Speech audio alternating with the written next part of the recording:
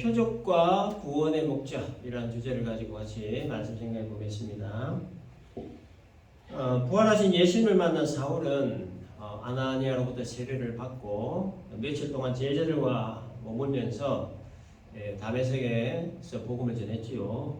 이후에 아라비아 광야로 들어가서 예수님과의 독대의 시간을 통하여 복음의 그 진수를 깨닫게 되고, 또 다메섹으로 돌아와 3년 동안 복음을 전하고 유대인의 살해 공모를 피해 예루살렘으로 갔지만, 그러나 거기에서도 유대인들의 살해 위협으로 인해 자신의 고향인 다소로 피신을 하게 됩니다. 그리고 바울은 한동안 이제 성경에서 사도행전에서 언급이 되지 않고 있다가 13장에 가서 다시 이제 바울이 등장을 하게 됩니다.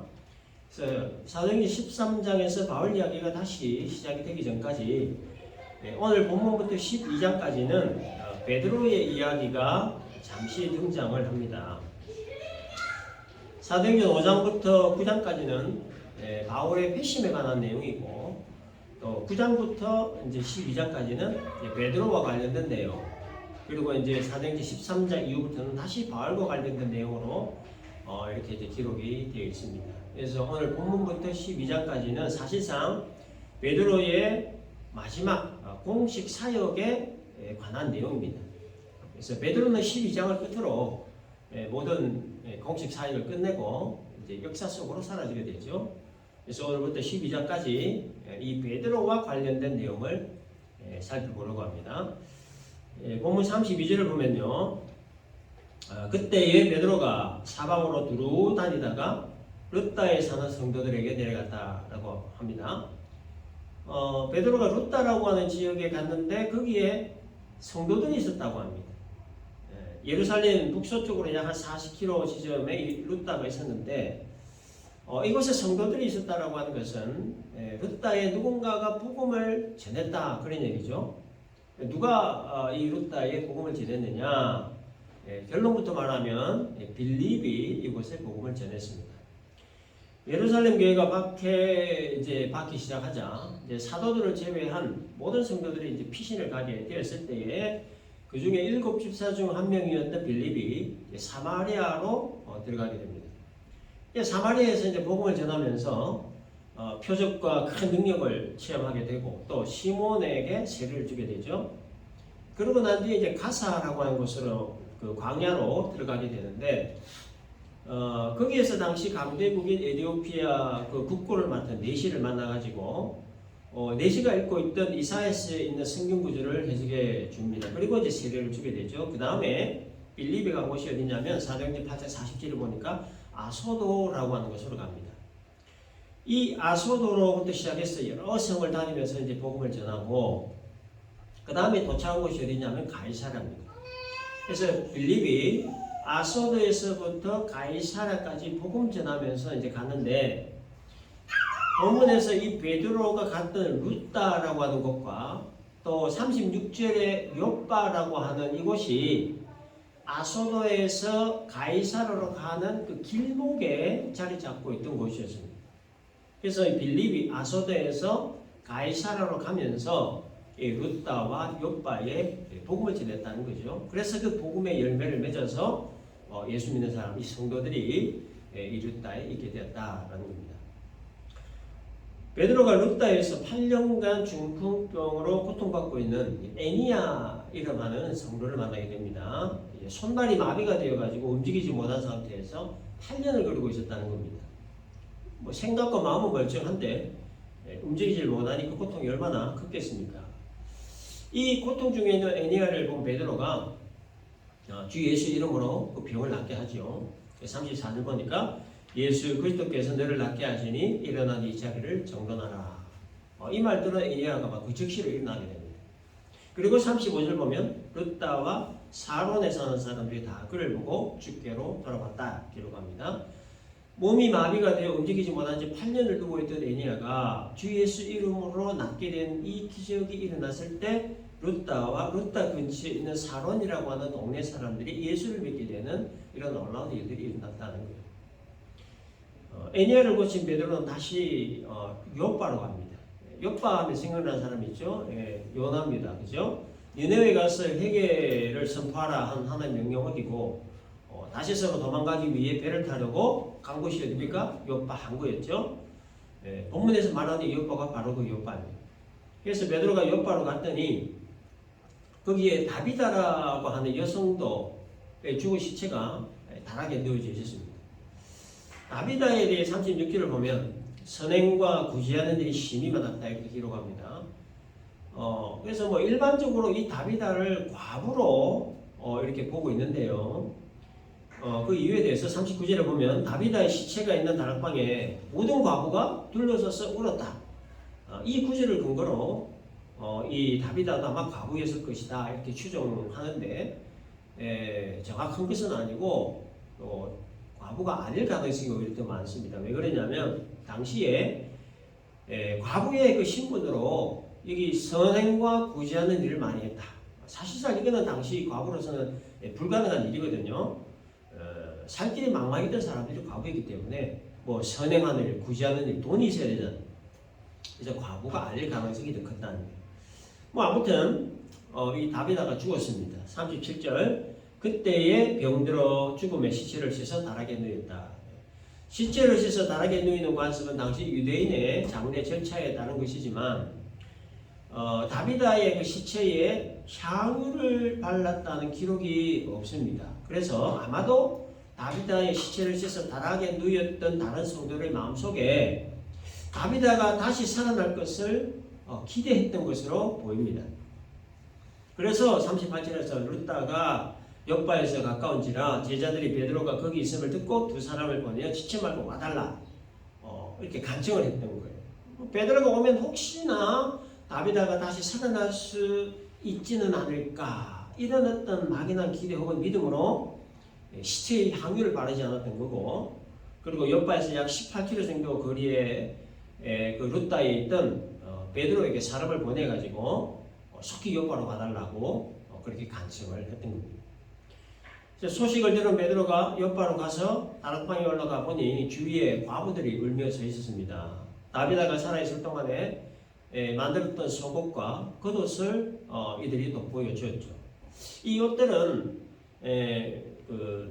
살아있을 동안에 선행과 구제를 많이 했던 이 다비다가 다비다의 시체 주위에서 애도를 하고 있던 그 과부들에게 주었던 옷들인 것으로 그렇게 추정을 하고 있고, 그래서 주위에 있던 많은 과부들이 다비다의 그 선행 구제를 생각하면서 눈물을 흘리며 안타까워하고 있었던 것으로 그렇게 보고 있습니다. 베드로는 40절에서 다락방에 있던 모든 사람들을 다 내보내고 무릎을 꿇고 기도를 한 뒤에 이미 죽은 다비다의 시체를 향하여 다비다야 일어나라 이렇게 명했습니다. 다비다야 일어나라 이 말은 달리다굼 이 말과 같은 말이에요. 달리다굼이라고 하는 말이 예수님께서 이미 사용하셨던 말이었죠. 마가복음 5장 41절을 보면 이미 죽은 회당장 야이로의 딸을 살릴 때 예수님이 달리다굼 이렇게 하셨습니다. 뜻은 소녀야 일어나라. 그래서 이 말을 들은 야이로의 딸이 일어나서 걷게 됐죠. 바로 그 현장에 베드로가 있었습니다. 봤던 거죠. 그래서 베드로는 이 달리다굼이라고 하는 이 단어를 부활을 전제할 때 사용하는 단어로 그때 확실히 알았던 거예요. 그래서 베드로가 예수님을 따라했던 겁니다. 소녀야 일어나라, 다비다야 일어나라, 달리다굼. 그래서 이 단어를 사용했더니 다비다가 눈을 뜨고 일어나는 기적이 일어났습니다. 다비다가 살아나자 그 다음 어떤 일이 벌어졌느냐 42절 보니까 많은 사람이 주를 믿더라. 8년 동안 중풍병으로 앓던 애니아를 고쳤을 때에도 사람들이 그를 보고 주께로 돌아왔다 이렇게 기록을 했고, 또 죽은 다비다를 살렸을 때도 많은 사람이 주를 믿었다라고 했습니다. 공통점이 뭡니까? 주를 믿었다는 거예요. 주께로 왔다는 거죠. 중풍병자 고치고 죽은 자를 살린 결과 주를 믿었다. 이게 공통점이고 참 중요한 겁니다. 그리고 예수 이름으로 애니아를 고치고 또 다비다를 살린 베드로가 43절 보니까 시몬이라 하는 무두장의 집에 머물렀다라고 기록합니다. 무두장이라고 하는 것은요, 죽은 짐승의 그 가죽을 벗겨서 그 가죽으로 제품을 만드는 일을 하는 사람입니다. 그래서 당시 사람들은 좋지 않은 직업으로 생각을 하고 그래서 경멸했습니다. 그래서 이 유대인들은 이런 사람들과 또 상종하지 않았어요. 그래서 이 무두장이들에게는 사는 장소도 따로 지정을 해줬습니다. 다른 곳에 가지 말고 정해진 구역 안에서만 살라라고 했던 거예요. 근데 이 정통 유대인인 이 베드로가 상종하지 않고 경멸하는 무두장이 집에서 며칠간 머무르게 됩니다. 왜 베드로가 무두장이 집에서 머물렀을까? 사람들이 경멸하고 멀리하는 무두장이 집에 머물면 반드시 비난할 것을 뻔히 알면서도 이 집에 머물던 이유가 뭘까? 그것은 복음에 대한 편견을 깨기 위함이었습니다. 복음에는 남녀의 제한이었고 노소의 제한이었고 빈부와 귀천의 제한이었고 인종의 제한이었고 직업의 제한이었고 민족의 제한이었고 그리고 유대인과 이방인의 제한이 없다는 것을 보여주기 위한 상징적인 행동이었다는 겁니다. 이때까지만 해도 유대인들의 그 의식 속에는 이방인이나 또 무두장애와 같은 이 천한 직업을 가진 사람들은 구원받을 수 없다는 인식이 팽배했습니다. 그래서 하나님은 그게 아니라는 거죠. 베드로를 통해서 무두장이 집에 머물게 하신 일을 통해 복음에 대한 편견을 깨야 한다는 것을 이 상징적인 행동을 통해서 말씀하신 겁니다. 그래서 복음은 모든 민족, 모든 족속, 모든 열방에 전파되어야 하고 남녀노소 빈부귀천 모든 인종을 넘어 전파되어야 한다 하는 것을 말씀하시기 위해서 무두장의 집에 베드로를 머물게 하셨다라는 겁니다. 오늘 이제 여기까지가 이제 본문의 내용인데요. 오늘 이 본문을 통해서 우리가 좀 더 깊게 생각을 해보고자 하는 것이 이제 두 가지가 있습니다. 첫째는 표적의 목적에 관한 겁니다. 예수님께서 공생의 사역을 하셨죠. 그 기간 동안에 하신 그 사역 세 가지가 있습니다. 대표적인 거. 가르치신 일, 그다음에 천국 복음을 전파하신 일, 그리고 병든 자를 고친 일이었습니다. 마태복음 4장 23절을 보면 예수께서 온 갈릴리에 두루 다니사 그들의 회당에서 가르치시며 천국 복음을 전파하시며 백성 중에 모든 병과 모든 약한 것을 고치셨다라고 기록합니다. 이 말씀을 근거로 예수님은 가르치신 일, 교육사역이죠. 또 천국 복음을 전파하신 일, 말씀사역 혹은 전도사역, 그리고 모든 병과 약한 것을 고치신 일, 치유사역, 이 세 가지 사역을 하셨는데 이 사역을 일반적으로 예수님의 3대 사역이다 이렇습니다. 근데 여기에 한 가지를 더 덧붙이자면 표적 사역입니다. 풍랑을 잔잔케 하시고 무리를 거르시고 또 물로 포도주를 만드시고 보리떡 5개 물고기 2마리로 5,000명 먹이신 이런 이제 사역을 말하는 거죠. 그래서 이 모든 사역의 공통 그 목적이 뭐냐라고 하는 거예요. 목적은 영혼 구원이라고 하는 겁니다. 불치병 환자들을 고치신 목적, 죽은 자를 살리신 목적, 풍랑을 잔잔케 하신 목적, 물로 포도주를 만드신 궁극적 목적은 영혼 구원이라고 합니다. 그래서 베드로가 에니아의 중풍병을 고치고 죽은 다비다를 살리신 역시 주 예수를 믿어 구원에 이르게 하는 게 목적이었다는 겁니다. 가나의 혼인잔치집에서 물로 포도주를 만드시는 그 표적을 행하신 후에 유월절을 지키기 위해 예루살렘에 가신 예수님께서 하신 일이 뭡니까? 성전에서 소와 양과 비둘기 파는 사람들, 또 돈 바꾸는 사람들 다 내쫓으셨죠. 이후에 예루살렘에 머무시면서 많은 표적들을 행하셨습니다. 이후에 다시 갈릴리로 가시기 위해 지름길인 사마리아로 들어가셔서 물길로 나온 한 여자에게 복음을 전하시고 또 구원을 베푸신 이후에 고향 나사렛에 들어가셔서 복음을 전하셨습니다만은 고향 사람들은 요셉의 아들 목수 요셉의 아들이 아니냐라고 하면서 이렇게 이제 배척을 했습니다. 그래서 배척을 받으신 예수님은 이제 그 길로 갈릴리 중앙으로 그 발걸음을 옮기셨는데, 그런데 갈릴리에 도착하시자 그 의외의 반응이 나타났습니다. 요한복음 4장 45절을 보면 갈릴리에 이르심에 갈릴리인들이 그를 영접했다 이렇게 기록합니다. 갈릴리 사람들이 예수님을 환영했다는 거죠. 고향에서 배척받으시고 쓸쓸하게 갈릴리 안으로 들어오셨는데 사람들이 의외로 예수님을 반기고 환영을 했다는 거예요. 왜 예수님을 반기고 환영을 했을까? 그 이유에 대해 요한복음 44장 45절 그 끝에 보면 예수께서 명절 중 예루살렘에서 하신 모든 일을 보았음이더라 이렇게 기록합니다. 예수님께서 예루살렘 지역을 다니면서 여러 표적을 행하셨을 때 6월절 행사를 절기를 지키기 위해 예루살렘에 갔던 이 갈릴리 사람들이 예수님이 행하셨던 그 표적들을 다 보았다는 거예요. 그래서 얘들은 예수님께서 예루살렘에서 행하셨던 그 표적들을 이제 갈릴리에 오셨으니 갈릴리에서도 그 표적을 행하실 것이다. 그 표적을 보여주실 것이다. 이런 기대로 예수님을 반기고 환영했다는 거예요.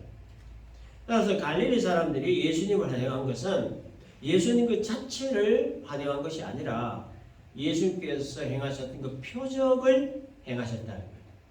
그거를 아신 예수님이 그 48절에서 너희는 표적과 기사를 보지 못하면 도무지 믿지 않는다. 이런 말씀을 하신 겁니다. 물론 이 말씀은 직접적으로는 그 아들의 병을 고쳐달라고 간청했던 왕의 그 한 신하에게 하셨던 말씀이지만, 그러나 이 말씀은 전체적으로 예수님께서 행하신 표적을 보고자 환영했던 갈릴리 사람들, 그리고 오늘날 표적을 구하는 모든 사람들을 향해서 하신 말씀이었습니다. 아들 살려달라는 표적 구했던 왕의 신하, 표적 때문에 예수님 환영했던 갈릴리 사람들, 그리고 오늘날에도 여전히 표적 구하는 사람들, 이 모든 사람을 통틀어서 너희는 표적과 기사를 보지 못하면 도무지 믿지 않는다. 이런 말씀을 하셨던 겁니다. 고향 나사렛에서 환영받지 못하셔서 고향을 떠나신 예수님이 갈릴리 사람들로부터 환영은 받으셨지만, 그러나 그 환영은 표적 때문임을 아시고 갈릴리 역시 예수님 그냥 떠나셨습니다. 그리고 얼마 전에 혼인잔치에서 물로 포도주를 만드셨던 가나로 다시 가셨습니다. 그 가나에서 예수님이 그 왕의 한 신하를 만나게 되죠. 그런데 이 신하의 아들이 죽어가고 있습니다. 그래서 지푸라기라도 잡고 싶은 심정으로 예수님을 찾아왔던 거예요. 예루살렘에서 표적을 행하셨던 예수님에 대한 그 소문을 들었고, 또 가나 혼인잔치에서 물로 포도주를 만들었던 그 소문도 들었고, 그래서 적은 정도라면 자기 아들의 병도 고칠 수 있지 않을까 이런 생각을 가지고 있었는데, 마침 예수님께서 가나에 오셨다 하는 소식을 듣고는 자기가 살고 있는 가버나움으로부터 약 40km 거리에 있는 가나까지 달려와서 아들 병 고쳐달라고 간청을 한 겁니다. 이 간청을 들은 예수님께서 하셨던 말씀이 바로 요한복음 4장 48절에서 너희는 표적과 기사를 보지 못하면 도무지 믿지 아니한다, 이렇게 말씀을 하신 거예요. 아들을 살려달라 간청하는 왕의 신에게 예수님은 믿음에 관한 말씀을 하신 거죠. 왕의 신하는 아들 살려달라 표적을 구했고, 예수님은 믿음을 말씀하셨어요. 그래서 표적을 보고 믿는 것과 표적을 믿지 않고 믿는 것의 차이에 대해 암시하신 말씀이었습니다. 그래서 이 말씀에 담긴 암시적인 의미가 뭐냐? 표적을 보지 못하면 도무지 예수 믿지 않는 것, 이것을 말씀하신 거예요. 빵이라도 하나 주면 믿고 안 주면 안 믿는다. 이걸 말씀하신 거예요. 병이라도 고쳐주면 믿고 안 고쳐주면 안 믿는다. 그걸 말씀하신 거예요. 그래서 뭔가 조금이라도 유익이 되면 믿고 아무 유익이 안 되면 믿지 않는 거, 이거를 말씀하신 겁니다. 이게 바로 표적 구하는 믿음이라. 표적 구하는 믿음. 예수께서 전한 복음을 믿지 않고, 천국 복음 전하시는 예수를 믿지 않고 현실적인 문제만을 해결해 주기를 바라는 믿음. 이게 바로 표적 구하는 믿음이다라는 거예요. 근데 갈릴리 사람들이나 이 왕의 신하와 같이 이 표적 구하는 믿음을 가진 사람들이 아주 중요하게 빠뜨린 것이 하나 있습니다. 그게 뭐냐? 예수께서 표적을 행하시는 그 목적에 관한 목적. 예수께서 표적 행하시는 목적은 사람들에게 복음을 전하는 거죠. 복음 전하는 목적은 뭡니까? 복음 통해서 예수를 믿게 하는 거고, 그 예수를 믿는 믿음을 통해서 구원을 얻게 하는 거. 이게 바로 표적 행하시는 궁극적 목적이라고 하는 거예요. 그래서 기적 그 자체가 목적이 아니라고 하는 겁니다. 빵 주는 목적, 병 고쳐주는 목적, 다르게 이 목적이 있다는 거예요. 그 목적이 바로 영혼 구원이라고 하는 거예요. 빵을 주고 병을 고치는 것은 구원으로 가게 하는 하나의 방법이자 어떤 수단이지 본질이 아니라고 하는 겁니다. 본질은 빵을 주고 병을 고치는 분이 예수 그리스도임을 알게 하고 그 예수를 믿음으로 구원 얻게 하는 것. 이게 표적 행함의 본질이라고 하는 거예요. 그래서 표적 보지 않고 믿으면 참 좋겠는데, 빵을 안 줘도 믿고 병을 안 고쳐줘도 믿으면 이게 얼마나 좋겠습니까? 많은. 그런데 표적을 보지 않으면, 또 빵을 주지 않고 병을 고쳐주지 않으면 도무지 믿으려고 하지 않는 인간의 타락한 본성을 하신 예수님이 눈높이 교육을 하신 거죠. 어떻게 해서든지 복음을 믿음으로 그 영혼이 구원을 받게 할 목적으로 표적을 행하셨다. 마가복음 1장 40절 이하에 보면 한 나병 환자가 예수님께 병을 낫게 해달라 간청을 합니다. 예수님은 그 나병 환자의 병을 고쳐주셨죠. 그 다음에 뭐라고 하셨냐면 아무에게 아무 말도 하지 말고 가서 네 몸을 제사장에게 보이고 네가 깨끗하게 되었으니 모세가 명한 것을 드려 그들에게 입증하라고 하셨습니다. 예수님은 나병 환자의 그 병을 고치신 이후에 그 표적을 행하신 이후에 그 사실을 소문내지 말라고 하셨습니다. 왜 소문내지 말라고 하셨습니까? 나병 환자의 병을 고치신 원래의 목적이 변질될 것을 우려하셨기 때문입니다. 나병 환자의 그 병을 고치신 목적은 병을 고치는 그 목적보다 그 병 고치신 예수님 자신을 믿도록 하는 겁니다. 근데 나병 환자가 사람들에게 소문냈습니다. 그래서 온 동네 사람들이 다 알게 됐어요. 그러자 어떤 일이 생겼냐? 마가복음 1장 45절에 그러나 그 사람이 나가서 이 일을 많이 전파하여 널리 퍼지게 하니 그러므로 예수께서 다시는 드러나게 동네에 들어가지 못하시고 오직 바깥 한적한 곳에 계셨으니 사방에서 사람들이 그에게로 나왔다라고 기록합니다. 그러니까 나병 환자가 자신의 병이 나았다라고 하는 것을 그 사실이 너무 기쁜 나머지 사람들에게 알렸던 거예요. 그 결과 예수님 그 동네에 다시 들어가지 않으셨다는 거예요. 왜냐? 사람들이 제밥에만 관심이 있다는 것을 아셨기 때문에. 나병 환자를 고쳐놨으니까 동네에 사는 병자는 다 예수님께 올 거 아닙니까? 물론 병자 고치시는 것도 예수님의 치유 사역 중에 하나이긴 하지만 근데 그게 예수님 사역의 본질이 아니었고 천국 복음 전하시는 예수님을 참된 구원자로 영접함으로 그 영혼 구원받는 것. 이게 예수님 사역의 본질인데 주구장창 그냥 병 고치는 일만 그렇게 하신다고 하면 그 예수님 오심의 목적, 사역의 목적에서 벗어나 버리고 마는 거예요. 그래서 이 기적을 바라는 사람들의 기대와 표적을 행하시는 예수님의 목적 사이에 그래서 이 큰 갭이 있는 겁니다. 사람들이 기적을 바라고 기대하는 건 딱 한 가지예요. 지금 현재의 문제를 해결하는 겁니다. 당면한 문제 해결하는 거. 지금 고픈 배를 좀 채워주는 거. 지금 아픈 몸을 치료해주는 거. 지금 당면한 문제를 해결해주는 거. 이게 기적을 바라는 주 목적이라는 겁니다. 그런데 예수님께서 행하시는 그 표적의 목적은 물론 예수님도 그 현재 문제도 해결도 중요하게 여기시지만 그러나 그보다 더 중요한 영혼 구원의 문제를 다루신다는 거예요. 이게 표적을 구하시는 궁극적인 목적입니다. 마태복음 5장 29절을 보면 만일 네 오른눈이 너로 실족하게 하게다 빼버리라. 네 백체 중 하나가 없어지고 온몸이 지옥에 던져지는 것이 유익하며 네 오른손이 너로 실족하게 하게다 찍어내버리라. 네 백체 중 하나가 없어지고 온몸이 지옥에 던져지지 않는 것이 유익하여라.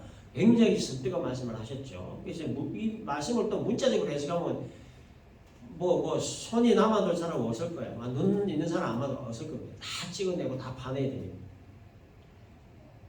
어떤 의미로 말씀하신 겁니까? 두 눈 다 가지고 지옥 가는 것보다 눈 하나 없어도 천국 가는 게 낫다는 거죠.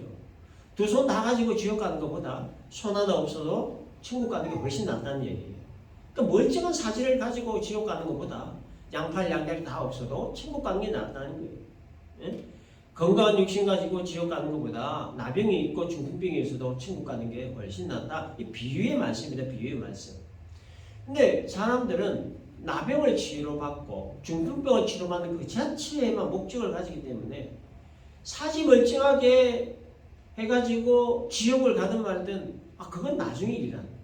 지금 현재 병든 내용은 고쳐지는 거. 그것에만 관심과 목적이 있다는 거예요. 표적 행하셔서 불치병 고치신 예수님이 구원자이심을 알아차리고 믿어야 되는데 그런 건 별 관심이 없다는 거예요. 빵 주고 병 고쳐준 그 자체에만 관심을 가진다는 거예요. 그래서 예수님이 하신 말씀이 너희는 표적과 기사를 보지 못하면 도무지 믿지 않는다. 이렇게 단식을 하신 겁니다. 근데 이거보다 더 큰 문제가 뭐냐면 예수님이 보여주신 표적 그거라도 보고 믿으면 그나마 다행인데 근데 그걸 보고도 안 믿는다는 거예요. 빵만 받아먹고 병만 치료받고도 안 믿는다는 거. 예수님 탄식이 여기에 있다는 거예요. 여러분, 하나님은 믿는 자나 안 믿는 자나 이 지구상에 살고 있는 모든 사람들에게 공통적으로 내려주시는 은혜가 있습니다. 예, 태양빛을 내려주셔서 인간이 살아갈 수 있는 기본적인 터전, 동시에 가장 중요한 터전을 마련해 주십니다. 그럼에도 불구하고 하나님께 딱히 감사가 없어요. 하나님 존재에 대한 인식이 없습니다. 태양빛도 받아먹고 빗물도 받아먹고 땅도 받아먹고 산소도 받아먹고 자연을 통해 수없이 많은 그 음식물들을 받아먹음에도 불구하고 그 하나님에 대한 존재에 대한 그 인식이 없다는 거예요. 뭐 감사는 고사하고 하나님의 존재를 부정하고 나아가 대항까지 합니다. 그 얼마나 인간이 참 무지하고 뻔뻔하고 교만한지 모릅니다. 매일매일 기적을 체험하며 살아가고 있음에도 아무런 어떤 느낌이 없는 거예요. 아침에 뜨는 태양이 내일 아침에도 뜬다는 것을 우리는 굳게 믿고 있지만, 그러나 내일 아침에 뜨는 태양을 내가 다시 볼 수 있을지 없을지는 아무도 장담을 못하는 거예요. 그렇잖아요. 내일 해가 안 뜰 수도 있습니다. 뜨는 해를 내가 다시 못 볼 수도 있는 거예요. 그래서 아침마다 태양 뜨는 거, 이것도 기적이에요. 그 뜨는 태양을 아침마다 보는 것도 기적이랍니다. 태양을 주관하시는 하나님이, 태양을 주관하시는 분이 하나님이시기 때문이고, 또 내 생명 주관하시는 분도 하나님이시기 때문입니다. 그래서 태양을 하나님이 주관하지 않으시면 오늘 떴던 태양 내일 아침에 뜨지 않습니다. 내 생명 하나님이 주관하지 않으시면 오늘 아침에 떴던 내 눈이 내일 아침에 뜨지 않는다는 거예요. 그래서 태양이 아침마다 뜨는 것도 기적이고 아침에 내 눈이 띄어지는 것도 기적이라는 거예요. 근데 뭐 몰라서 모르는 것인지 아니면 알고도 인정하기 싫어서 뭐 모른 척 하는 건지, 오늘 뜬 태양이나 내일 오늘 뜬 태양이 내일도 당연히 뜰 것이다, 이런 착각 속에 산다는 거죠. 또 오늘 뜬 태양을 오늘도 내가 봤으니까 내일 뜬 태양을 또 내일 내가 또 볼 것이다, 이런 착각 속에 살아가고 있다는 거예요. 착각은 그때라는 게 없다 그래요. 착각 속에 사는 거예요. 그렇기 때문에 아침에 뜨는 태양을 보면서 태양을 주관하시는 하나님의 존재를 인식한다는 게, 이게 얼마나 중요하고 얼마나 큰 은혜인지 모릅니다. 또 아침마다 눈을 뜨게 하시는 하나님의 존재를 인식하고 또 믿어지는 것이 이게 얼마나 큰 축복이고 은혜인지 모른다는 거예요.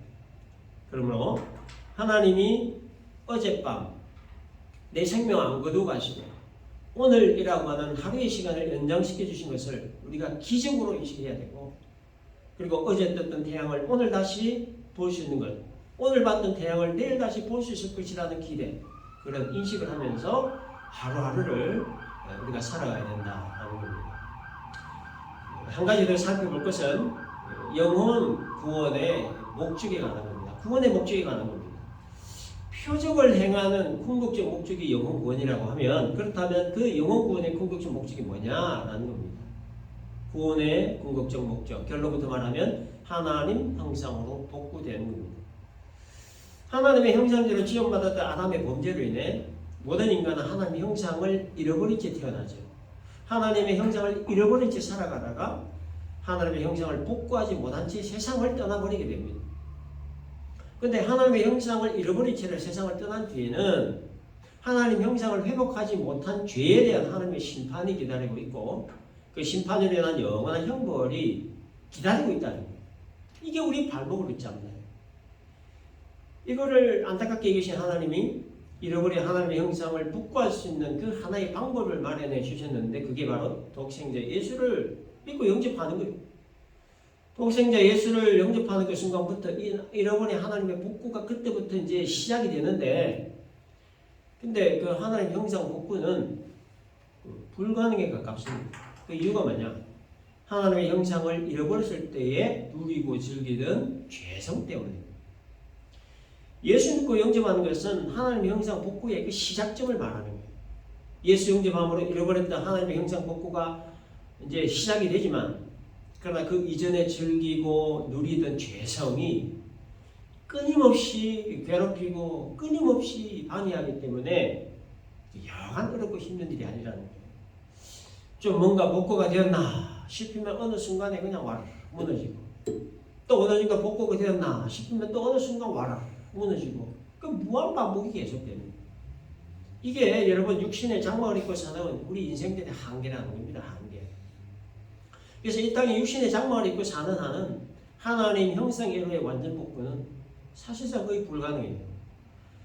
그래서 바울은 로마서 7장 18절 이하에서 이렇게 얘기합니다. 내 속 곧 내 육신에 선한 것이 거하지 아니하는 줄을 아노니 원함은 내게 있으나 선을 행하는 것은 없노라. 내가 원하는 바 선은 행하지 아니하고 도리어 원하지 아니하는 바 악을 행한다. 뭐 이렇게 탄식했어요. 그리고 로마서 7장 22절 이하에서 내 속사람으로 하나님의 법을 즐거워하되 내 지체 속에서 한 다른 법이 내 마음의 법과 싸워 내 지체 속에 있는 죄의 법으로 나를 사로잡는 것을 보는도다. 오라 나는 공고한 사람이로다. 이 사망의 몸에서 누가 나를 탄식하랴 건져내랴 하면서 탄식한 겁니다. 무슨 얘기죠? 이 땅에 육신을 입고 사는 한 이거 뭐 어쩔 수가 없다는 거예요. 죄를 즐기고자 하는 육체의 본성의 끈질긴 유혹과 공격, 괴롭힘 어쩔 수가 없다는 거예요. 그래서 바울이 갈라디아 5장 16절에서 방법 하나를 제시해 주었습니다. 뭐냐? 내가 이르노니 너희는 성령을 따라 행하라. 그리하면 육체의 욕심을 이루지 아니하리라.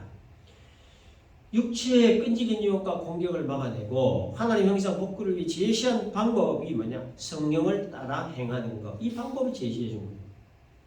성령을 따라 행하는 것, 이거 여러분 쉬운 일이 아닙니다. 그러나 끈질긴 육체의 본성을 이겨낼 수 있는 방법이 있다는 이 자체가 다행스러운 일이라는 거예요.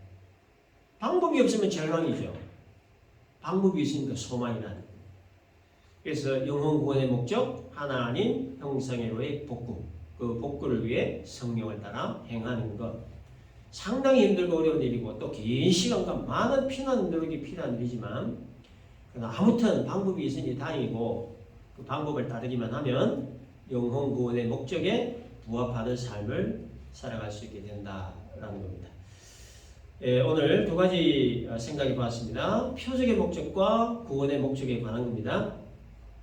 표적의 목적은 영혼 구원이라는 것, 그리고 영혼 구원의 목적은 하나님 형상 복구라는 것, 이 두 가지 목적 잘 기억을 하고 이 목적 성취를 위해서 성령을 따라 행하는 삶을 살아가는 우리 모두가 될 수 있기를 주님의 이름으로 축원합니다.